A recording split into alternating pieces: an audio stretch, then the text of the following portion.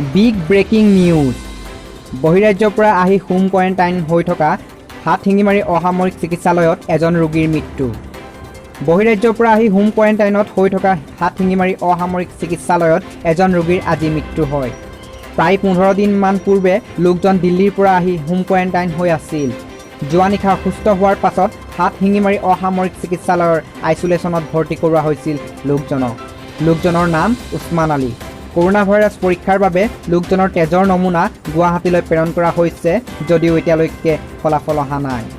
মৃত্যু ব্যক্তিজনৰ কাষত যোৱা আন দুজন চিকিৎসা কৰ্মীও অসুস্থ হৈ পৰিছে বুলি জানিব পৰা গৈছে।